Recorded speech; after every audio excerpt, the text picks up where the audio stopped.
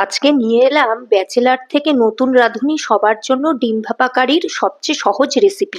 এখনো আমার চ্যানেলটা সাবস্ক্রাইব করা না থাকলে সাবস্ক্রাইব করার অনুরোধ রইল।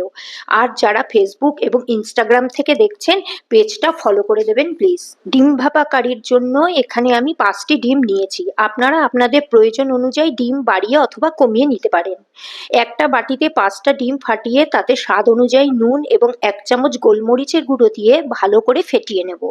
এবারে একটা কেক টিনে তেল মাখিয়ে তাতে ফেটানো ডিম ঢেলে জলের উপর একটা স্ট্যান্ড বসিয়ে 10 মিনিটের জন্য ভাপাতে দিলাম। প্রথম 5 মিনিট হাই ফ্লেমে, পরের 5 মিনিট মিডিয়াম টু লো ফ্লেমে ভাপাতে হবে। 10 মিনিট পর কড়া থেকে নামিয়ে ভাপা ডিমটাকে ঠান্ডা করে চৌকো চৌকো করে টুকরো করে কেটে নিলাম। এবারে প্যানে সর্ষের তেল গরম করে ভাপা ডিমের পিসগুলো ভেজে তুলে রাখলাম।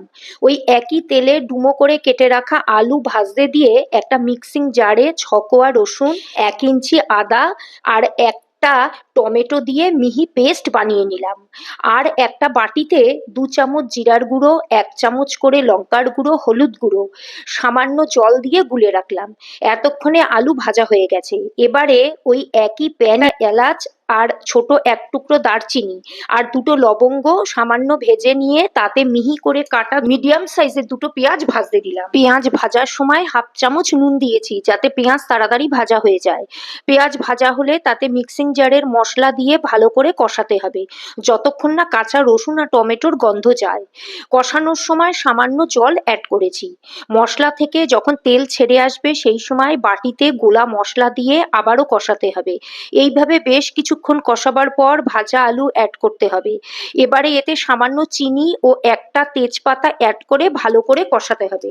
মশলা থেকে তেল ছাড়লে উষ্ণ গরম জল অ্যাড করে ফোটাতে হবে। নুনটা এই সময় কম ছিল বলে আরো একটু নুন অ্যাড করেছি। ঝোল ফুটে উঠলে তাতে ভাজা ডিম ভাপা অ্যাড করে ফুটিয়ে নিলেই তৈরি হয়ে গেল ডিম ভাপা কারি। নামাবার আগে গরম মশলা অ্যাড করতে হবে। ভিডিওটা তোমাদের কেমন লাগলো জানিও। আজ এ পর্যন্তই।